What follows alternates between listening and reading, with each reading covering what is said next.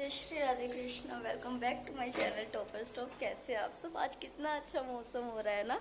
कल रात को तूफान आया था, आज ये देखो मौसम दिख रहा है, कोई धूप नहीं, बिल्कुल अच्छा अच्छा सा मौसम, अच्छी सी हवा चल रही है।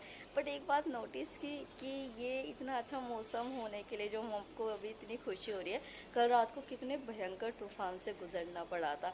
यही लाइफ है। अभी कितनी सारी एडवर्स चीज़ें हमारी लाइफ में चल रही होगी ना, कितने सारे कमेंट्स डेली बेसिस पे आते हैं। मेरी खुद की लाइफ में पता नहीं कितनी सारी चीज़ें चल रही होती है।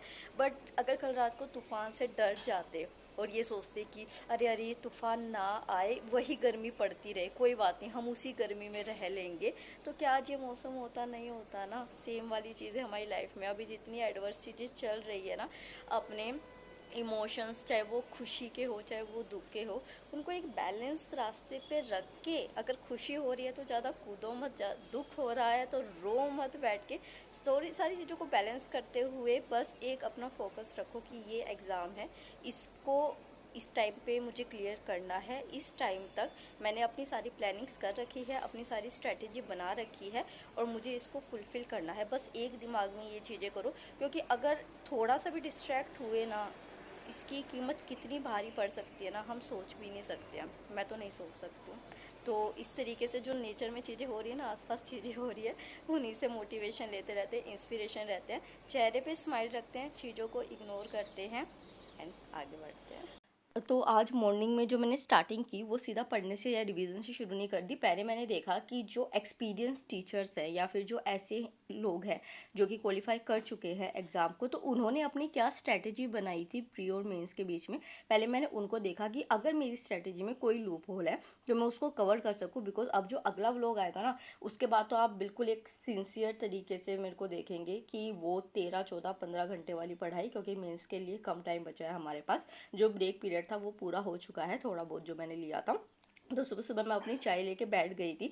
आप में से कईयों ने पूछा था कि मेरा ऑप्शनल क्या है। मेरा फिलोसफी ऑप्शनल है और मैं 3 बार उसको कवर कर चुकी हूँ, बट हमारे टीचर ने कहा था कि एटलीस्ट 20 बार आपको वो करना पड़ेगा, बिकॉज फिलोसफी बहुत डेप्थ में सब्जेक्ट है, वो छोटा है बट उतना ही वो डीप में है और क्वेश्चंस बहुत ट्रिकी पूछे जाते हैं फिलोसफी से रिलेटेड। तो इस वजह से जो है अभी मेरी उसकी रिविजन्स बची हुई है, 17 रिविजन्स तो मिनिमम बची हुई है। तो यहाँ पे इन्हीं सर का मैंने आप लोगों को बताया था पिछले व्लॉग में, जिन्होंने कहा था कि एथिक्स को एज अ ऑफिसर आपको लिखना होता है और ऐसे को एज अ नॉन एस्पिरेंट, कि आप ज़्यादा से ज़्यादा अपनी मतलब एक जो ऑथेंटिसिटी होती है ना वो उसमें डाल सकते हैं। उसी के साथ आप सभी के लिए एक इंपॉर्टेंट इन्फॉर्मेशन देखिए, बीपीएससी और यूपीपीसीएस वाला पीडब्ल्यू का प्रतिज्ञा दिवस ऑफर आ चुका है। इस प्रतिज्ञा दिवस पर पीडब्ल्यू बीपीएससी पे आपको 76% ऑफ और उसी पे यूपीपीसीएस का अगर आप कोर्स लेते हैं तो आपको 80% ऑफ मिलता है। जैसे आपको बहुत ज़्यादा अच्छे ऑफर्स यहाँ पे मिल रहे हैं अपनी सिविल सर्विसेज की जर्नी को पूरा करने के लिए, और एग्जाम्स भी बहुत नियर है। तो मैं एक बार आपको बैचेस का बता देती हूँ कि आपको ह्यूज डिस्काउंट्स यहाँ पे दिए गए हैं। जैसे कि आप देखेंगे कि बीपीएससी का यूनिटी इंटीग्रेटेड बैच 2999 में मिल रहा है। बस आपको यशस्वी बैच 2999 में मिल रहा है। 7999 इसका अमाउंट था। आक्रोश 1499 में, और उसी के साथ ऊर्जा बैच 1499 में, जो कि अगेन 6999 का था। संयुक्त बैच 2.0 यूपी पीसीएस का 1499 में, उसी के साथ सक्षम 2.0 3999 में, जो मैंने भी परचेज किया, और ये 9999 का था। इंग्लिश में ये बैच आपको मिलेगा। प्रथम बैच 3999 में मिलता है, जबकि 9999 का था ये, और यूनिटी बैच आपको सिर्फ 2999 रुपीज़ में मिलता है। तो आप देख सकते हैं कितना डिस्काउंट मिला, और डिस्काउंट के लिए आप मेरा कूपन कोड लगा सकते हैं TS500, तो आपको और डिस्काउंट मिल जाएगा। सारे लिंक्स मैंने डिस्क्रिप्शन बॉक्स में दे दिए हैं। एग्ज़ाम बहुत पास है, अब लीनियंसी मत रखो और जाके उसको चेक करो और आप कोर्सेज अवेल कर सकते हैं। उसके बाद मेरा लंच का टाइम हो गया था। अभी मुझे बहुत सारी चीज़ें अपनी लाइफस्टाइल में भी चेंज करनी है। मतलब मैंने ही सोचा तो ये था कि मैं 20 तारीख से जिम ज्वाइन कर लूँगी, बट मेरी कज़न भी मेरे साथ कर रही है, तो वो कह रही कि दीदी नेक्स्ट मंथ मतलब फर्स्ट से ही कर लेंगे, पूरा मंथ का हो जाएगा। तो आई वॉज लाइक कि ठीक है चल, 7 8 दिन में जो है वो अपना घर में ही जिस तरीके का कर सकती हूँ कर लूँगी। तो इस वजह से अब मैंने अब अगेन अपना जो डाइट है वो भी सही करना शुरू कर दिया है। Being from a Haryanvi family, हमारे यहाँ तो चावल बिल्कुल ही नहीं खाया जाता। मतलब पहले तो ये होता था, अब तो जैसे मैं बड़ी हुई ना तो मुझे राइस का शौक था। तो मैं ऐसे होता था कि महीने में एक दो बार बनवा लिया करती थी या बना लिया करती थी, जैसे कुकिंग मुझे आ गई थी तो जो है ना, हमारे घर पे राइस बिल्कुल नहीं बनता था। तो ऐसा है हरियाणा फैमिली में कि त्योहारों पे या कोई गेस्ट आ गया कि भाई बहुत बड़ा डिनर तुम थ्रो कर रहे हो, तो फिर ये हुआ करता था कि चलो राइस बना लेते हैं, कि एक एक्स्ट्रा एक अच्छी चीज हम बना रहे हैं। ये आता है हरियाणवी फैमिलीज में।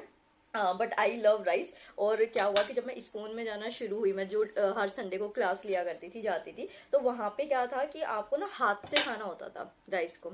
और वो चीज इतनी सेटिस्फाइंग मुझे लगी ना, तब आई कांट एक्सप्लेन। अगर आप उस स्टेट से हैं, मतलब जो थोड़ा ईस्ट साइड स्टेट, तो आप समझ पाएंगे मेरी बात को कि मैं क्या कहना चाह रही हूँ। मतलब इससे यार पेट एक्सेस भी नहीं भरता, एक सेटिस्फाइंग भी लगता है कि हाँ हमने कुछ अच्छा खाया है।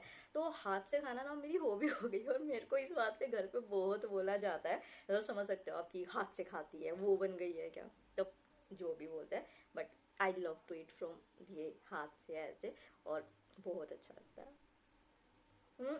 मुझे खाना नहीं आया है, आई नो कि मैं गिराती हूँ, और कई बार तो मैं ऐसे डालती हूँ पर मजा आता है। और अगेन जो है फिर मैं और जो स्ट्रैटेजी थी वो देखने लगी थी, इस वजह से मैं आपको लिखते हुए नहीं दिख रही हूँ, क्योंकि मैंने 5-6 सोर्सेज से करी और फिर मैं अपना आगे जाके फैब्रिकेट करूँगी।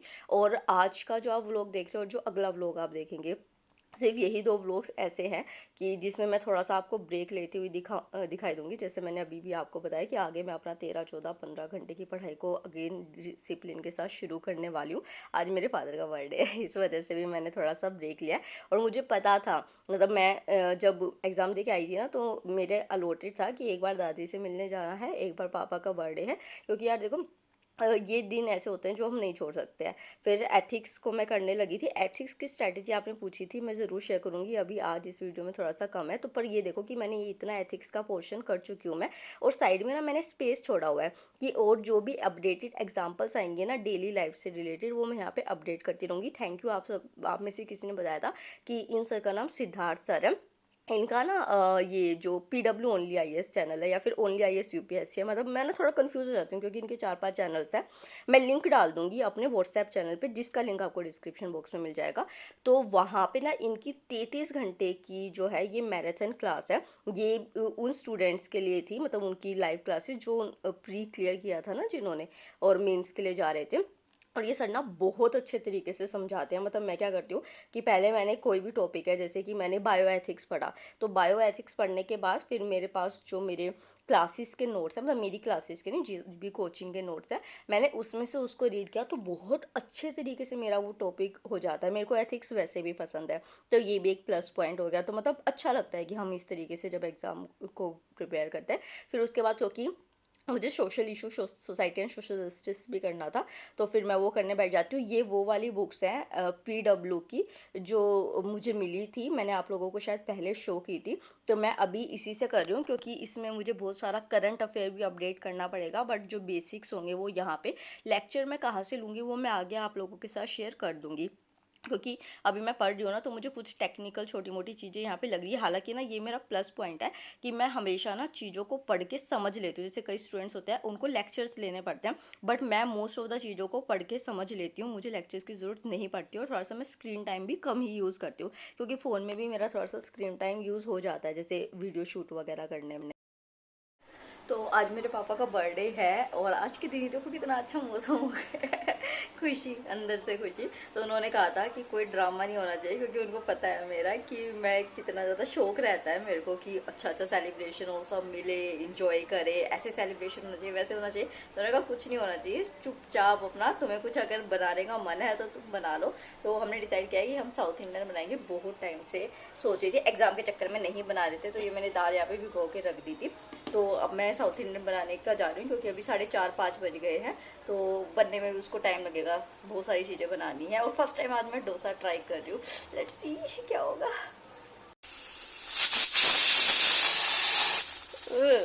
उस बार मैंने थोड़ा सा ब्रेक टाइम लिया था, और ये ब्रेक टाइम जो है ना, इसकी स्टोरी भी मैं आपको बताऊंगी कि हम जो एस्पिरेंट होते हैं ना, वो अपनी लाइफ को कितना लिमिटेड कर देते हैं, जो और समझ भी नहीं पाते।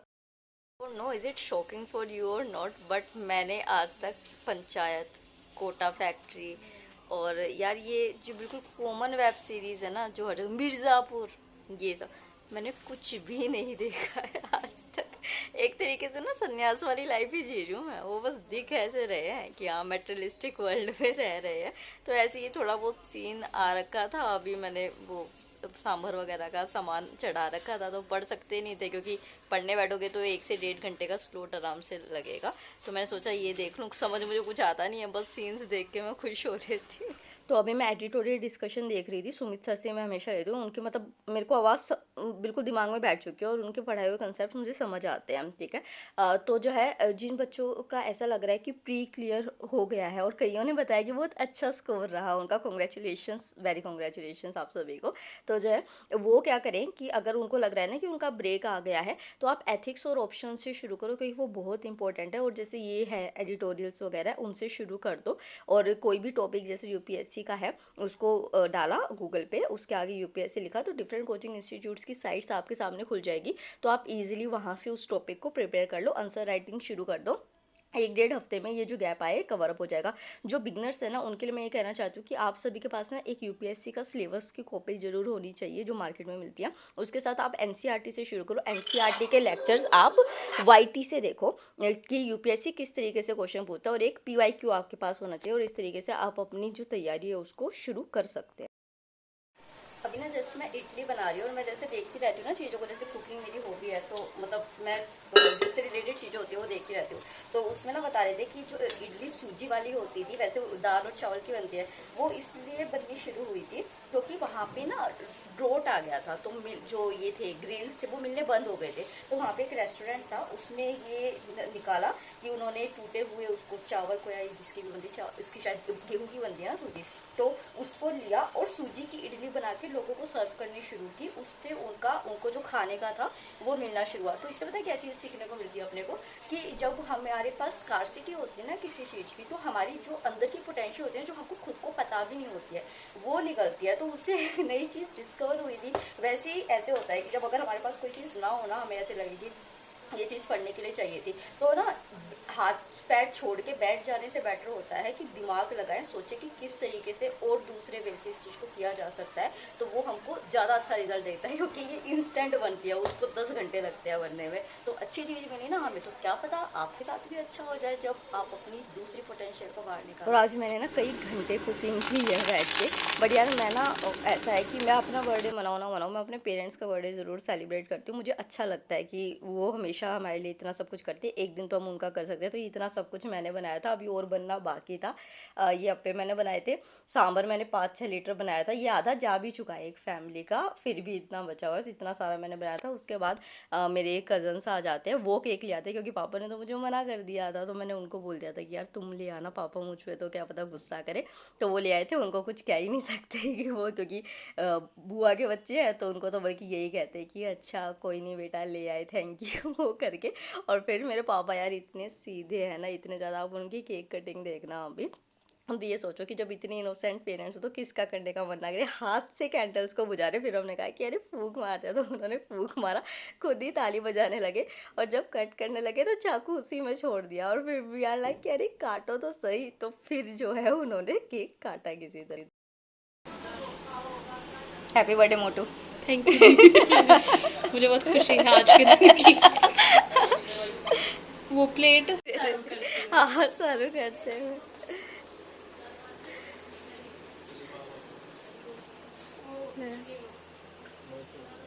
अरे तो ये तो इतना ही मीठा वही होता है। अभी इसके अंदर चॉकलेट वाले फ्लेवर थोड़े मिलेंगे, और एकदम सूखा होता है, ब्रेड अगर बासी होता है। अच्छा क्या कहना खट्टा है क्योंकि बकवास कर रहा है। तो आज का फाइनली ये व्लॉग था, आई होप आपको पसंद आया होगा। तो अगर पसंद आया तो don't forget to like share and subscribe. I am again saying, I am requesting कि प्लीज़ सब्सक्राइब करो चैनल को। तो आगे हम अब जो व्लॉग्स हैं उनको और प्रोडक्टिव बनाने की कोशिश करेंगे। Thank you so much and take care.